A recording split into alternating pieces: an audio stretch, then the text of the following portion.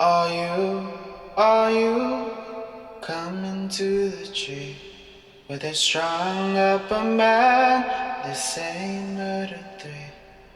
Strange things that happen here. How stranger would it be if we met at midnight in the hanging tree? Coffee. Without it, we would never have had the Industrial Revolution. We'd all be still living in Europe in mud huts. Here in Laredo, we have the Organic Man Coffee Trike. 4501 McPherson, the best coffee on the planet. If you can't get to Laredo, you can order from the Organic Man Coffee Trike.shop.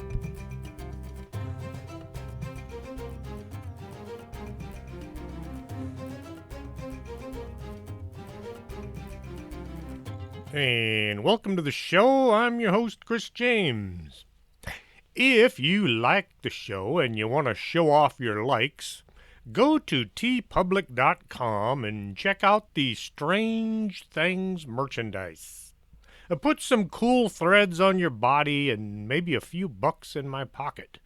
It will help out next time I have to replace my soundboard or recorder or even the computers I use to do the show. Why do we do it?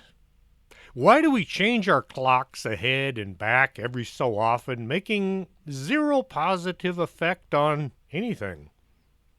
What I find surprising is how many people, mostly politicians and those who bow down to them, think this is saving electricity or something. Does anyone go into work and think, oh, the sun is out. I'll leave the lights off and work by sunlight.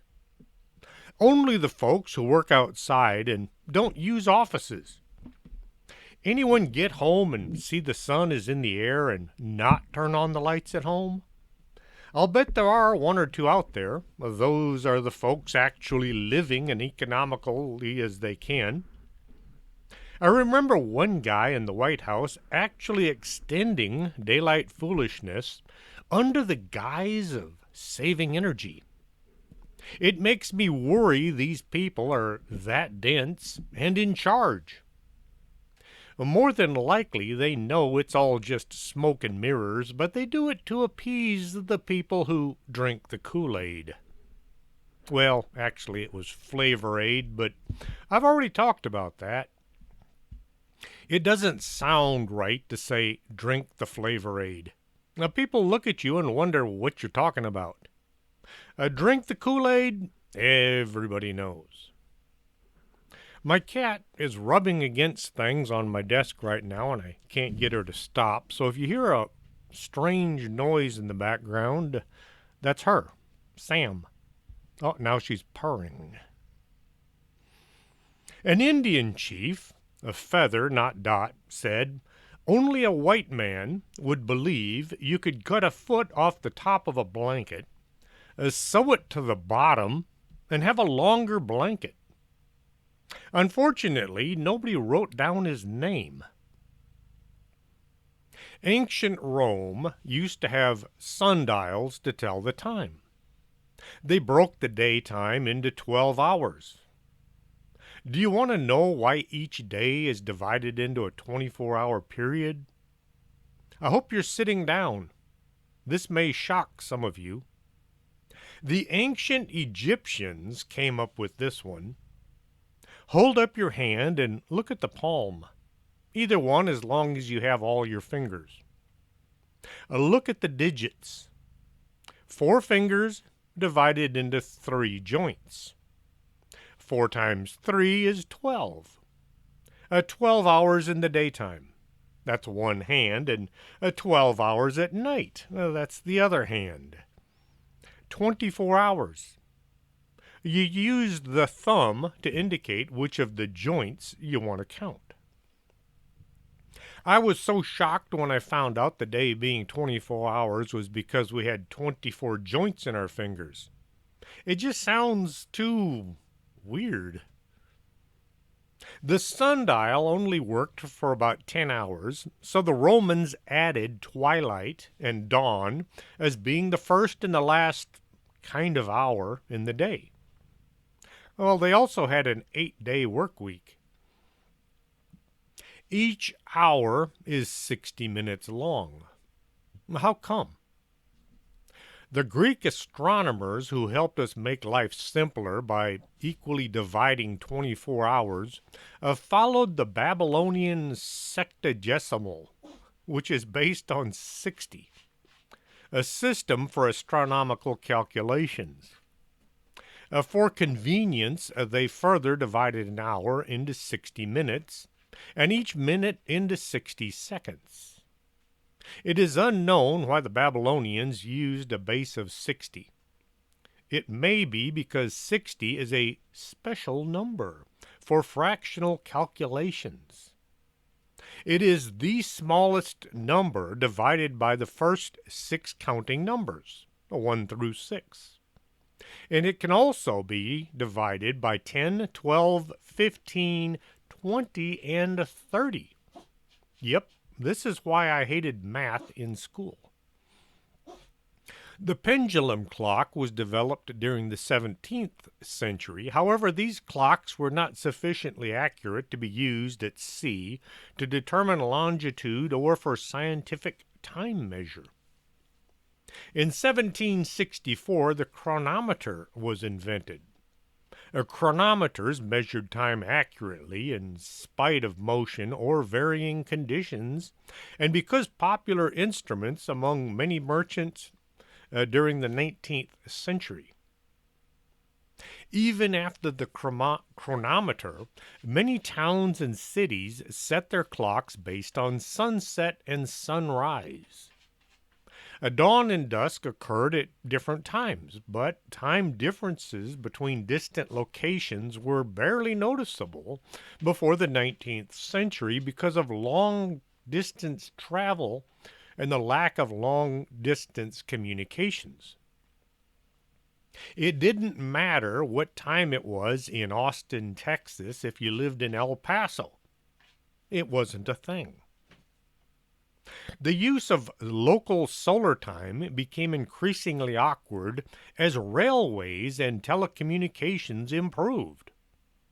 If you're sitting in, let's say, Florida, and you're going to send a telegram to somebody in California, and you tell that person, I'll be sending you this message at 12 o'clock noon, well, your 12 o'clock noon and his 12 o'clock noon are going to be somewhat different. American railroads maintained many different time zones during the 1800s. Each train station set its own clock, making it difficult to coordinate train schedules, and it confused passengers. If you're taking a train out of town and the train was coming into the station at a certain time, the clock at the station would have to coincide with the clocks miles away. Time calculations became a serious problem for people traveling by train. According to the Library of Congress, every city in the United States used a different time standard.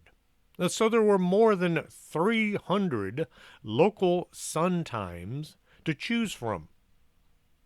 Railroad managers tried to address the problem by establishing 100 railroad time zones, but this was only a partial solution to the problem.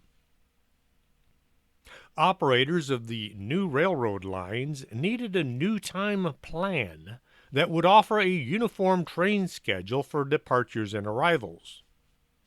4 standard time zones were formed in the continental United States in November 18, 1883.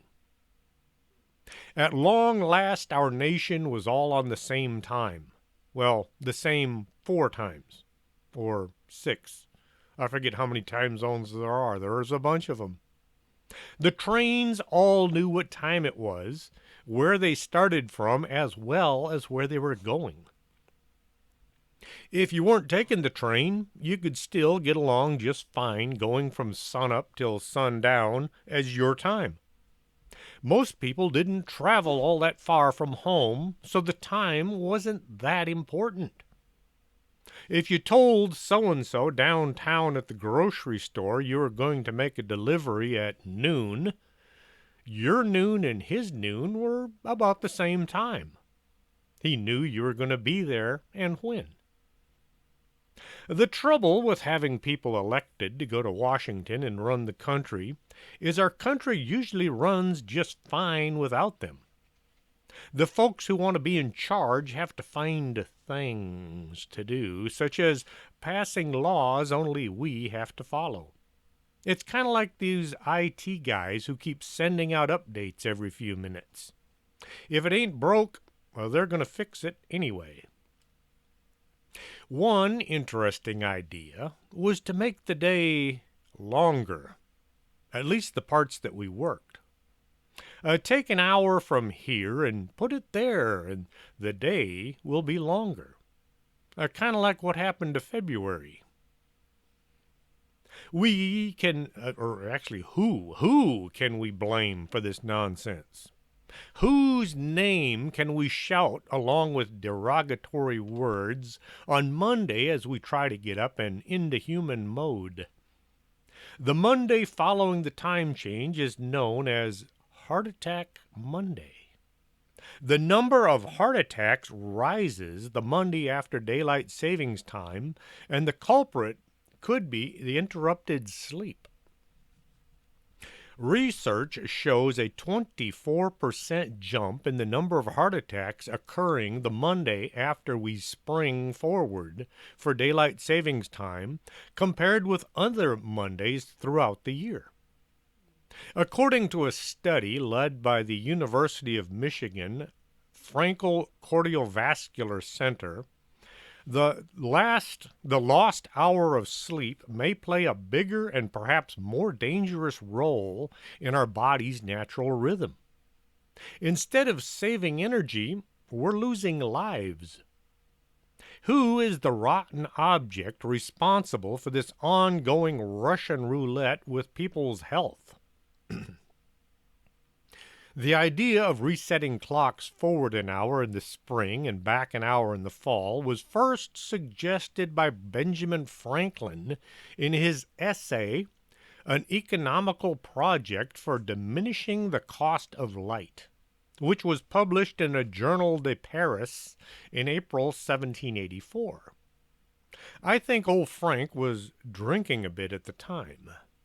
Hey, I know, let's mess with everybody's time. There was no real reason for it other than maybe saving a little bit of oil, but, well, he had nothing else to do that day, so he decided to mess with time. A New Zealand entomologist named George Hudson officially came up with the concept of cutting an hour off here and sticking it back on to save daylight. In 1895, this British-born New Zealand scientist was a member of the Wellington Philosophical Society, a group which would later become part of New Zealand's Royal Society Te Aparangi.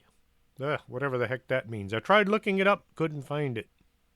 An independent, statutory, not-for-profit body in New Zealand providing funding and policy advice in the fields of science and the humanities. In 1895, Hudson put forth a proposal. The author proposed to alter the time of the clocks at the equinox so as to bring the working hours of the day within the period of daylight, and by utilizing the early morning, so reduce the excessive use of artificial light which present prevails. Apparently Hudson made this proposal because he was an avid collector of insects, and he wanted more time after work hours to catch them.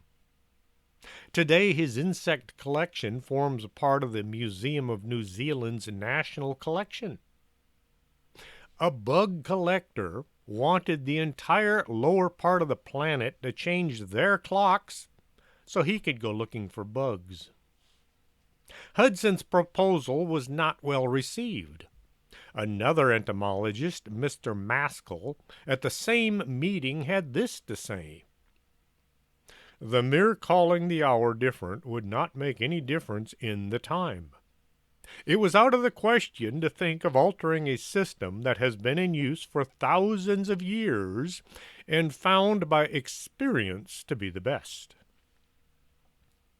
Franklin and Hudson's suggestion was largely overlooked until it was brought up again in 1907 by Englishman William Willett, who penned a pamphlet called The Waste of Daylight. Although the British House of Commons rejected Willett's proposal to advance the clocks an hour in the spring and back again in the autumn, in 1908 a small town in Canada did give it a try, experimenting with seasonal clock changes. It was not a success. If someone wanted to get up early or work a certain time frame, let them. Just don't expect the rest of us to do the same. April 30th, 1916, at the middle of World War I, clocks in the German Empire were set forward by 1 hour to start the world's first countrywide daylight nonsense. The idea was to save oil used for lighting so the war effort could continue pumping out fuel and killing people. A British summertime was introduced by Parliament in 1916, following after the Germans, under the idea that those Germans knew what they were doing. A British summertime was first established by the Summertime Act 1916, after the campaign by builder William Willett once again. If the Germans were going to save an entire hour, his proposal was to move the clocks forward 80 minutes in 20-minute weekly steps on Sunday in April, and by the reverse procedure in September. In 1916, British summertime began on 21st of May and ended on October the 1st. I am so glad I didn't live in Britain in 1910s. 80 minutes in 20-minute increments over 4 weeks? That means every Sunday you'd have to get up and reset any and all clocks, 'cause there was no such thing as digital yet. Old William should have been beat about his body with dead fish and locked up in a room somewhere. It wasn't long before other countries in Europe fell off the same bridge. France, Italy, Russia, even Australia, which isn't anywhere near Europe, all decided it was the thing to do, and they announced everyone was to do as they're told and not try anything along the lines of reason or sensibility. The initial enthusiasm was short-lived in most countries. Germany stopped using daylight nonsense in 1919 and Austria in 1921. The United Kingdom, Ireland, and cities like Paris in France continued to set their clocks back and forth. Not all of France, just Paris. Let's not all sing from the same page here. Can you imagine trying to function while most of the country is on one time, yet Paris is on their own? This reminds me of the speed limit here in Texas several years ago. The posted limit was on 2 signs, one white, one black. In the daytime, we could go 65 miles an hour. Unless you're driving an 18-wheeler, then you could only go 55. If you were going 65 and you came up behind 2 18-wheelers both going 55 and they were side by side, you were out of luck until one either slowed down or sped up. As night fell, we were all told to slow down to 55 or face a bit of a fine. It cost me $450 one night. I didn't know about the time difference in the speed limit. After putting up with this weird idea, the folks in Austin finally decided we should all drive the same speed. Now it's 75, unless you're on some highways where it's 85. What surprised a lot of people not living in Texas, mostly Washington, was how this affected travel. The experts all began screaming the death toll was going to be through the roof. Allowing people to drive faster was going to cause thousands of accidents, and there'd be dogs and cats living to, After the speed limit was increased, the number of accidents went down a lot. The same folks had the same thing to say about our carry permits. They said there were going to be gunfights in the streets. In the past 5 years, I have seen 4 citizens carrying a handgun on their hip. There are thousands out there that are still concealed carry, but I've only seen 4 in 5 years. There have been 0 gunfights in our streets.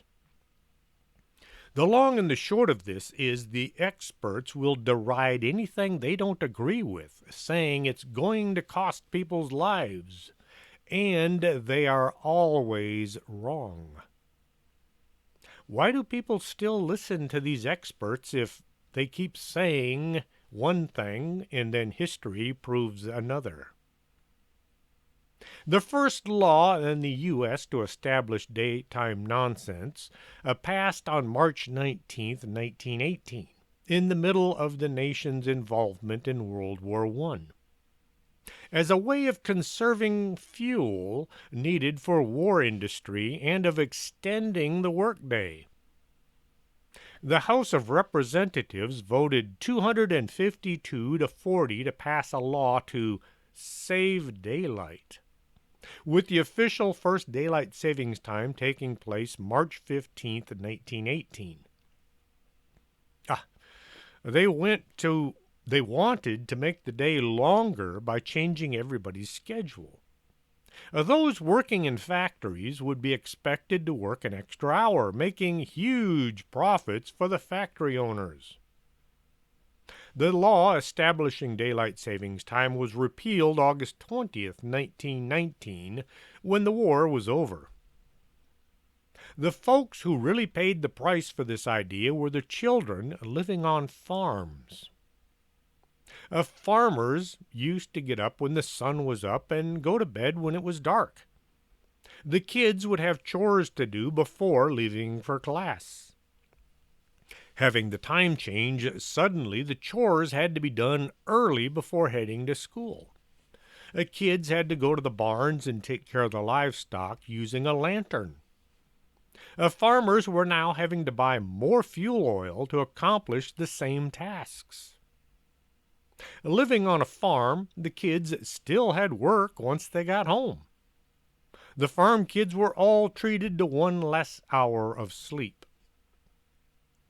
I wonder how much damage this did to all of those school kids who were expected to do their work and get an education while being robbed of sleep. When the Congress poked its finger into the face of every clock in the country, millions of Americans were not happy. United by a determination to beat back the big hand of government, daylight savings time opponents raised all kinds of noise, vowing to return the nation to real time, normal time, farm time, sun time, and something they like to refer to as God's time. Despite the public outcry, government officials enforced the time change until 1919 and allowed states and local governments to decide whether they would continue this practice. It was reinstated during World War II, but again after the war the decision fell to the states. From 1940 until 1947, Britain went into something called double summertime. Everyone was to turn their clocks back by 2 hours. This was to save fuel for the war effort and give people 2 extra hours to get home before the blackouts went into effect.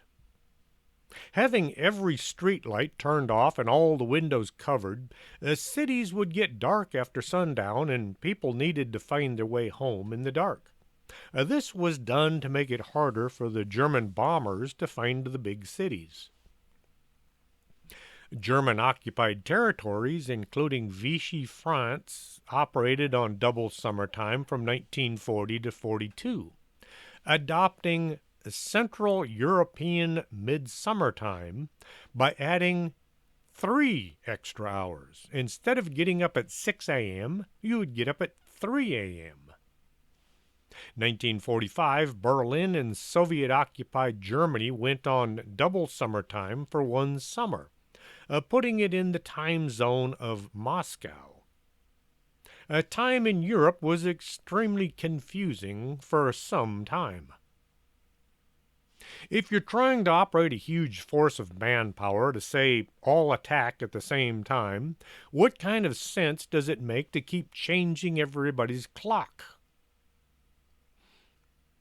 When the United States entered the war, Congress thought it would be a good idea to set the clocks ahead to save fuel. Who got the least amount of benefit from this? Farm kids once more. My dad worked on a dairy farm during the time. He was not a happy camper right up until he was pulled from school by his dad. Farmers and a lot of working class folks all complained about this setting clocks ahead and back, but the folks in Washington all simply ignored them. The thing about all that war effort, a lot of folks never heard about this. In Britain, they had rationing because everything had to come by way of ship. Germany was sinking so many ships they were starving Britain into surrendering. At times, the folks over there were just a few days away from not having any food. When the U.S. entered the war, it wasn't long before those in charge wanted everybody else to ration things like food and fuel and tires to help fight the Nazis. My mother told me that her uncle used to drive a truck full of sugar out into the middle of nowhere and dump it. This was to help the folks back home feel as if they were making sacrifices to help fight Hitler. A lot of the rationing was just a facade to make people feel like they were helping out. Politicians and those with money, they never felt the pinch. Once the war was over and Germany and Japan had surrendered, everybody wanted to do away with anything that reminded them of the war. Daylight nonsense was quickly swept under the carpet once more. In early 1960s, observance of daylight savings time was quite inconsistent, with a hodgepodge of time observances and no agreement about when to change clocks. The Interstate Commerce Commission, the nation's timekeepers, was mobilized, and the matter remained deadlocked. Bureaucrats are the last ones you want fixing anything. They know how to fill out forms and collect taxes, but not how to make anything work. Many business interests were supportive of standardization, although it became a bitter fight between the indoor and the outdoor industries. The farmers were opposed to such uniformity. A farmer living in, say, Orange, Texas, would be getting up at about 7 a.m. as the sun came up. A farmer in Fort Stockton would be getting up at 7:30, since the sun hadn't gotten to him as it lit up Orange. It gets worse as you incorporate time zones. A sunrise is at 5:30 in Abbeville, Alabama, 2 hours before it gets to Fort Stockton. Allowing farmers to work by sunlight time would put everybody on a decent footing. By regulating everyone's time, you put a lot of people in a bind. I skipped El Paso because they're in a different time zone. State and local governments were a mixed bag depending on local conditions. By saying everybody in Texas is now on the same clock, the guys out east are getting less sleep. Sorry, that's out west. Efforts at standardization were encouraged by a transportation industry organization, the Committee for Time Uniformity. They surveyed the entire nation by questioning telephone operators as to local time observances and found the situation was confusing. This was back when making a phone call, you had an operator who would plug the line in. The committee's goal was a strong, supportive story on the front page of the New York Times. Having rallied the general populace support, the Time Uniformity Committee's goal was to accomplish, but only after discovering and disclosing that on the 35-mile stretch of highway between Moundsville, West Virginia, and Steubenville, Ohio, every bus driver and passenger had to endure 7 time changes. By 1966, some 100 million people were observing daylight savings time based on their local laws and customs. Congress decided to step in and end the confusion and to establish one pattern across the country. The Uniform Time Act of 1966, signed into public law April 12, 1966 by President Johnson, created daylight savings time to begin the last Sunday of April and to end on the last Sunday in October. Any state that wanted to be exempt from daylight savings time could do so by passing a state law. The Uniform Time Act of 1966 established a system of uniform daylight savings throughout the U.S. and its possessions, exempting only those states in which the legislators voted to keep the entire state on standard time. 1972, Congress revised to the law to provide that if a state was in 2 or more time zones, the state could exempt the part of the state that was in one time zone, while providing that the part of the state in a different time zone would observe daylight savings time. The federal law was amended in 1986 to begin daylight savings time on the first Sunday in April. Under legislation enacted in 1986, daylight savings time in the U.S. began at 2 a.m. on the first Sunday of April and ended at 2 a.m. on the last Sunday of October. The Energy Policy Act of 2005 extended daylight savings time in the U.S. in 2007, though Congress retained the right to reverse to the 1986 law should the change provide unpopular or if energy savings were not sufficient. Going from 2007 forward, daylight savings time in the U.S. begins at 2 a.m. on the second Sunday of March and ends at 2 a.m. on the first Sunday of November. They just keep moving the time forward and back and forward and back, and how are we supposed to get used to it? Observance of daylight savings time everywhere in the world is highly variable. When Congress officially made the time change a law under the Uniform Time Act of 1966, it only stated that if the public decided to observe daylight savings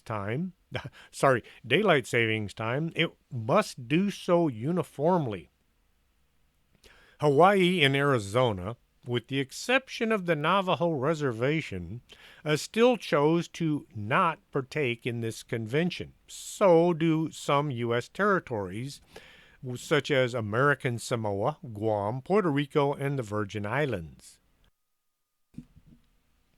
When I was working for the government, we would have all kinds of fun during daylight nonsense. If we were at the checkpoint when the clocks were set back, we had to work an extra hour. Instead of a 10-hour shift, we got to work 11. This kind of worked out until our APAC told us we couldn't claim the extra hour. We were only to put 10 hours on our timesheets because we got back to the office before 2 o'clock.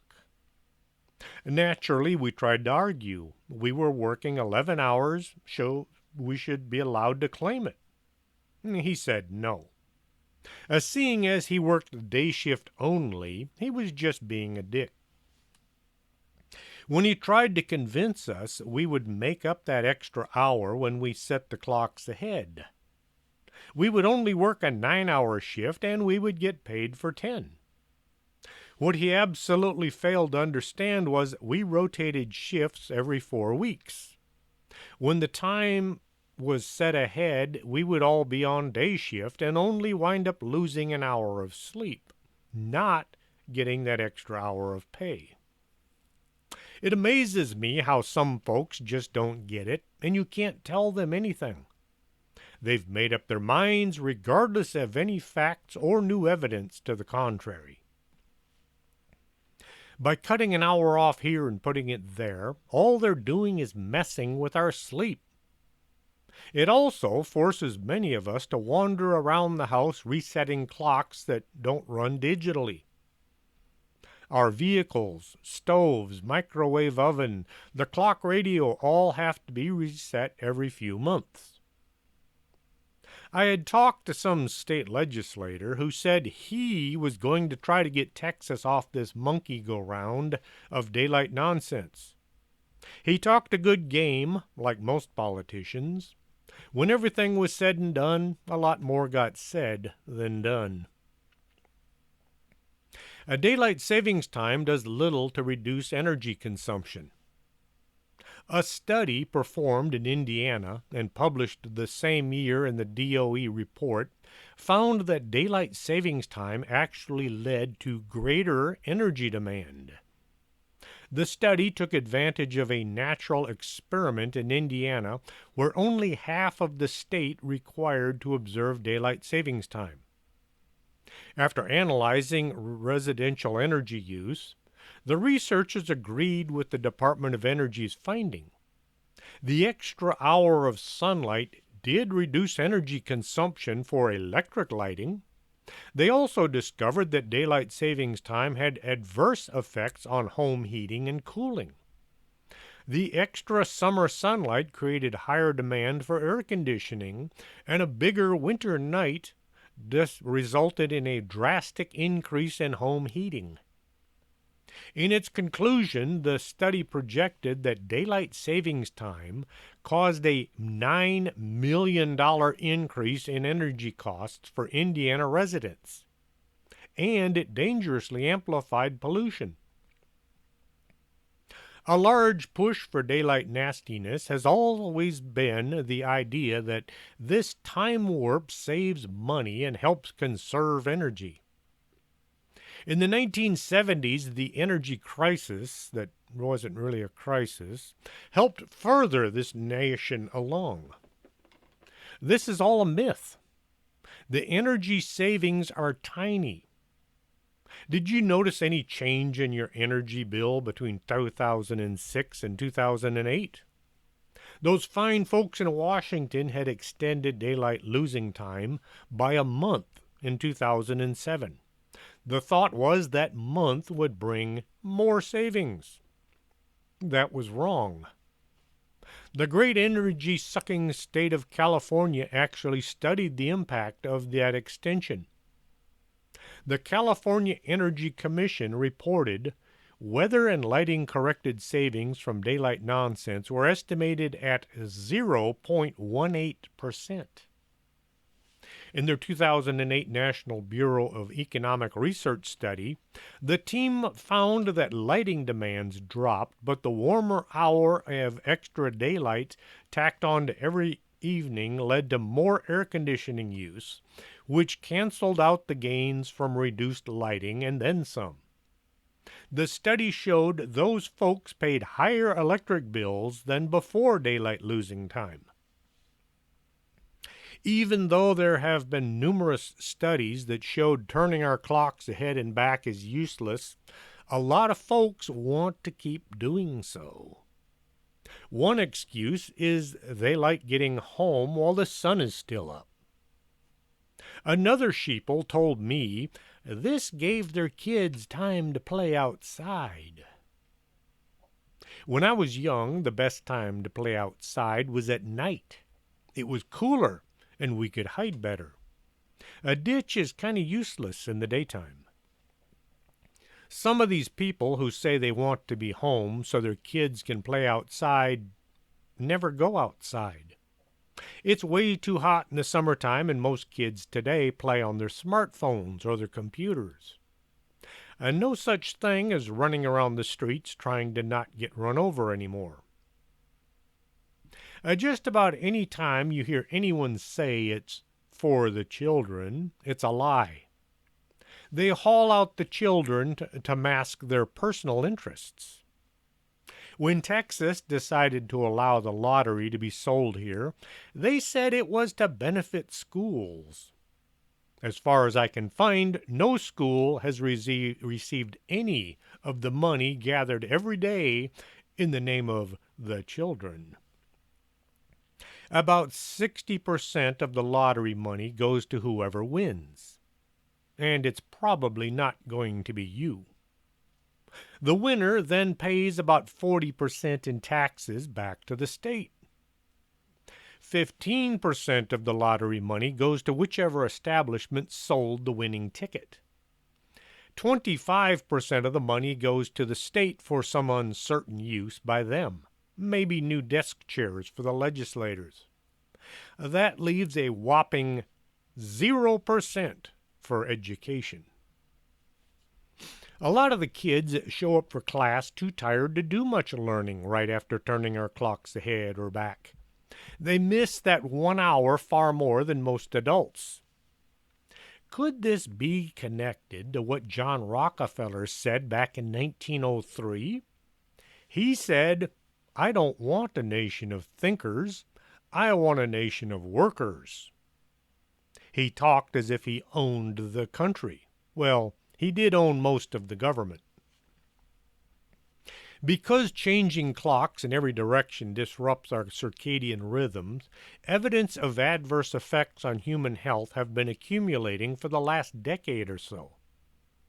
Heart attacks spike in the week after the start and the end of daylight nonsense. Traffic accidents increase after the twice-yearly time changes, especially in the fall when standard time resumes and drivers must adjust to commuting home in the dark. People are less productive on the job in the days after time jumps ahead.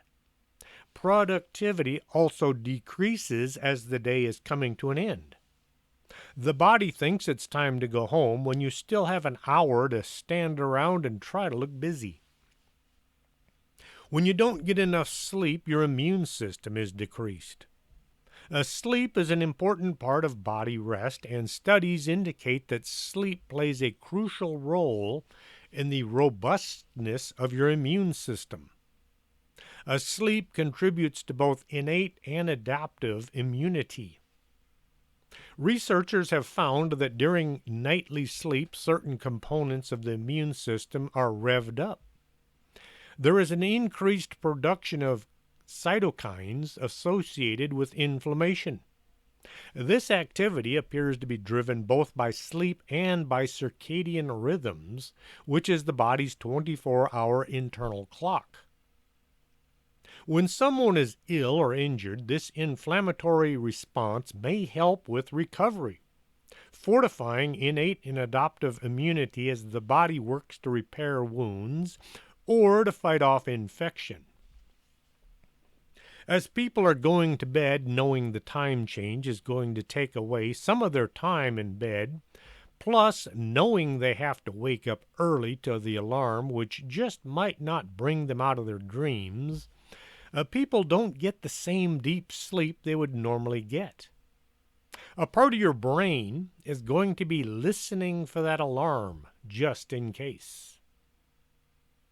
A seasonal affected disorder, which is better known as SAD, is when people get bummed out when the seasons change. Sunlight plays a role in preventing SAD. Daylight nonsense should help out for folks suffering from SAD. However, researchers have found it is just the opposite.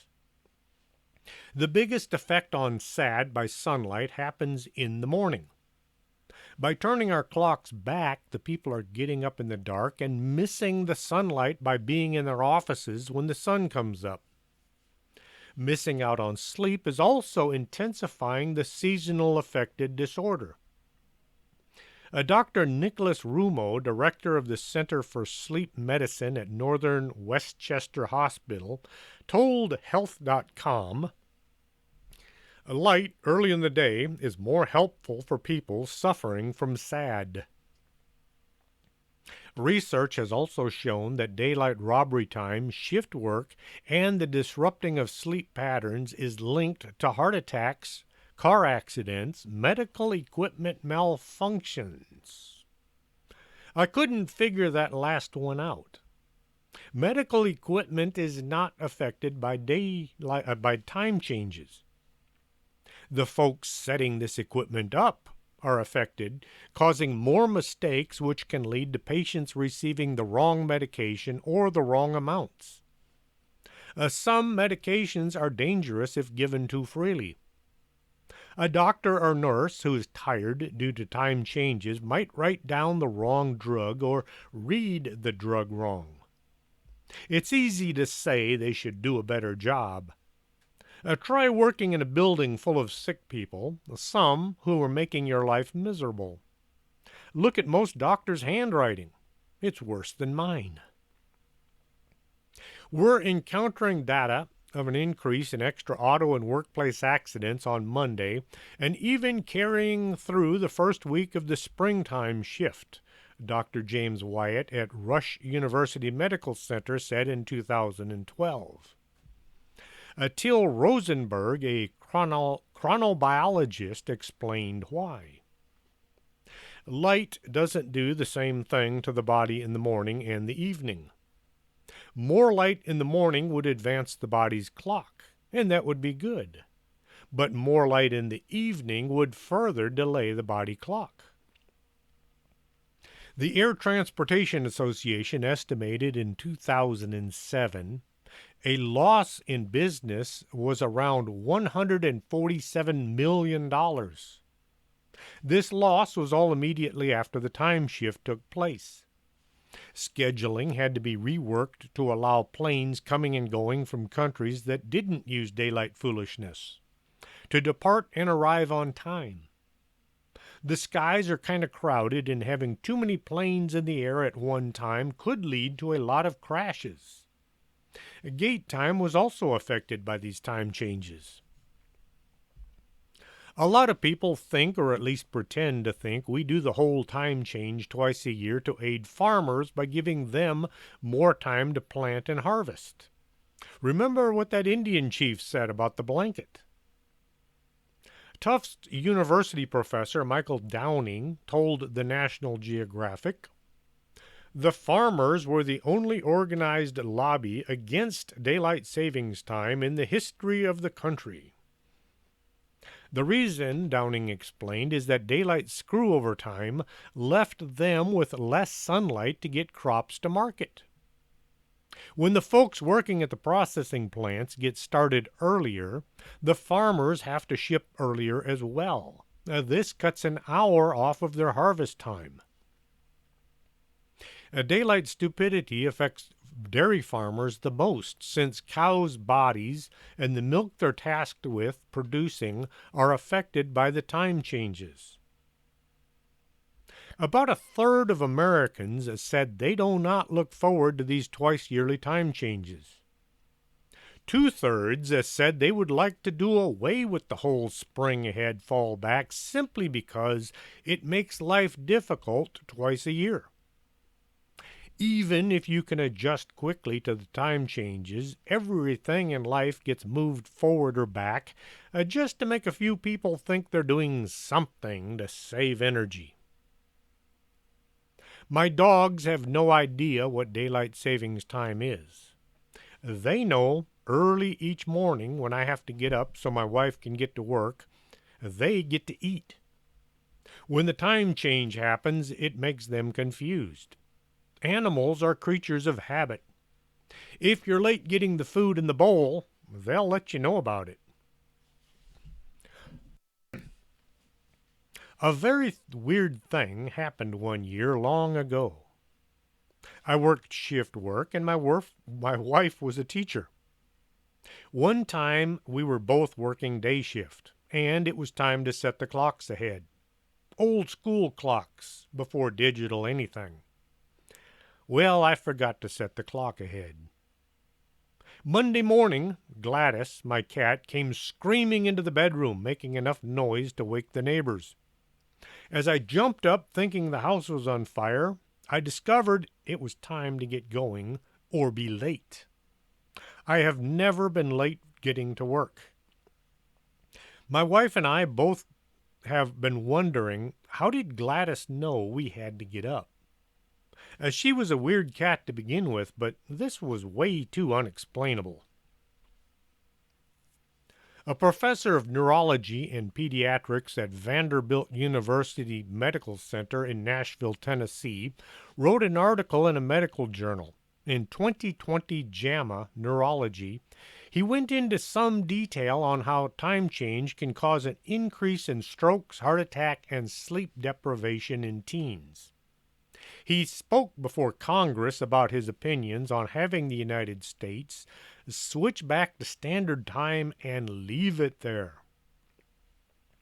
Falling back, going from daylight savings time to standard time each November by turning the clocks back an hour is relatively benign. While some people may feel thrown off balance and need a few weeks to recover, research hasn't linked it to serious impact on health. Springing forward is harder on the body. This is because our clock time is moved an hour later. In other words, it feels like it's 7 a.m., even though our clocks say it's 8 a.m. It's a permanent shift, that later morning light for almost 8 months, not just for the day of the change or a few weeks after. This is particularly notable because morning light is valuable for helping to set the body's natural rhythm. It wakes us up and improves alertness. Although the exact reasons are not yet known, this may be due to light's effects on increasing levels of cortisol, a hormone that modulates the stress response of the effect of light on the amygdala, a part of the brain involved in emotions. In contrast, exposure to light later in the evening delays the brain's release of melatonin, the hormone that promotes drowsiness. This can interfere with sleep and cause us to sleep less overall. The effect can last even after most people adjust to losing an hour of sleep at the start of daylight savings time. Because puberty also causes melatonin to be released late at night, meaning that teenagers have a delay in the natural signal that helps them fall asleep. Adolescents are particularly susceptible to sleep problems from the extended evening light of daylight savings time. This shift is melatonin during puberty lasts up until our 20s. Adolescents also may be chronically sleep deprived due to school, sports, social activity schedules. For instance, many children start school around 8 a.m. or earlier. This means that during daylight savings time, many young people get up and travel to school in pitch darkness. Geography can also make a difference in how daylight savings time affects people. One study showed that people living on the western edge of a time zone, who get light later in the morning and light later in the evening, get less sleep than their counterparts on the eastern edge of a time zone. This study found that Western Edge residents had a higher rate of obesity, diabetes, heart disease, and breast cancer, as well as lower per capita income and higher health care costs. Other research has found that rates of certain other cancers are higher on the western edges of time zones.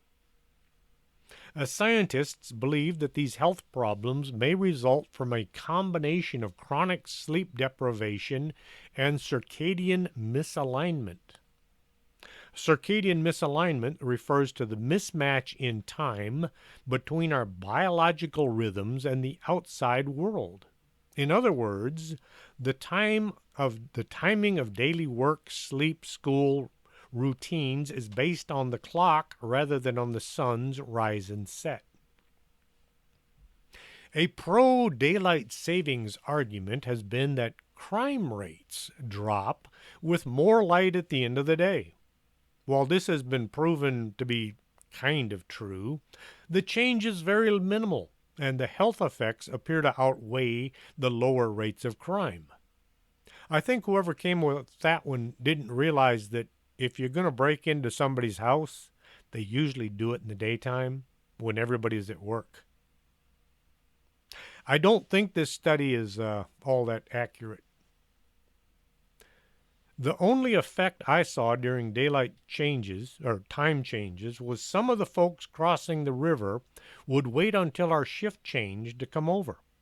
They knew when the hour would change, causing the oncoming shift to be late getting to the field or too tired to do much chasing. It was easier to get across the river and inland. After World War II, it was left to the state governments to set and start the end dates of daylight savings time. Because this created many railroad scheduling and safety problems, Congress passed the Uniform Time Act of 1966. 2007, Congress amended the Uniform Time Act to expand the daylight savings time for the second Sunday in March and the first Sunday in November, dates that remain in effect today. The law allows states and territories to opt out of daylight savings time. However, Arizona and Hawaii are on permanent standard time, along with Puerto Rico, the U.S. Virgin Islands, Northern Mariana Island, Guam, and the American Samoa. Now many other states are considering whether to stop falling back and springing ahead. The question that comes up is, should they pick permanent daylight savings time or permanent standard time? Some Americans are split on whether they prefer permanent daylight savings time or permanent standard time. The health-related science for establishing a permanent standard time is very strong. A standard time most closely approximates natural light, with the sun being directly overhead at or around noon. In contrast, during daylight savings time from March till November, the natural light is shifted unnaturally by an hour later. Based on abundant evidence that daylight savings time is unnatural and unhealthy, permanent standard time should be what we're all looking for. Why does the government guard their precious time change so much? I think it's a form of control. They tell people to do things and the sheep will do it. Put on this mask, don't have Christmas, stay home, don't have any gatherings. I said last week the First Amendment seems to be dead and buried. To make matters even worse, most of the politicians who tell us what to do don't bother to follow their own rulings. They tell us to stay home and don't gather with your family for Christmas or birthdays, and then they jump on their private planes and go sit on the beach with all their friends and family. By keeping the country in a near constant state of restlessness, the folks in Washington can pass all kinds of weird laws that we, the people, are expected to follow, while those passing the laws run around wild and free, knowing most sheeple won't even look at what's being done to our country. Did you ever wonder why civics class was taken away and social studies put in its place? Most folks today have no idea how the government is supposed to work or what their rights are. If you say anything about Congress, most people will think you're talking about the House of Representatives because people call them congressmen. Nope, Congress is both the House of Representatives and the Senate. If you call a senator a congressman, they'll get all kinds of upset with you. People wonder why we have two entities in Congress. One is supposed to represent we the people, and the other is supposed to represent the states they come from. Neither one does either these days. It's that whole frog in the pot of boiling water thing going on all around us today. Who's running the country? I would say call your congressman, but good luck getting a hold of them. You could try contacting your state legislator and get all your friends and relatives to call as well. A lot of people all saying, let's get rid of daylight losing time, or we're not going to re-elect you.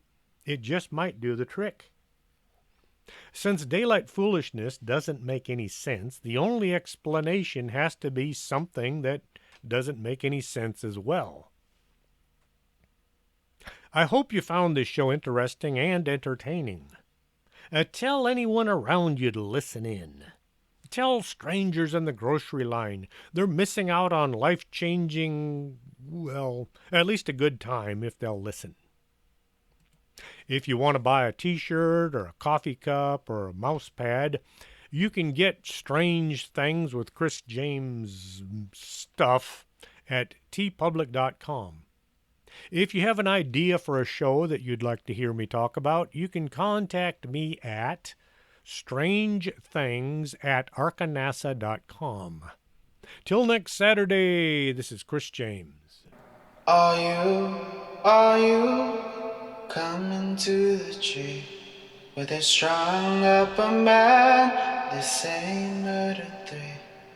Strange things that happen here, no stranger would it be if we met at midnight in the hanging tree.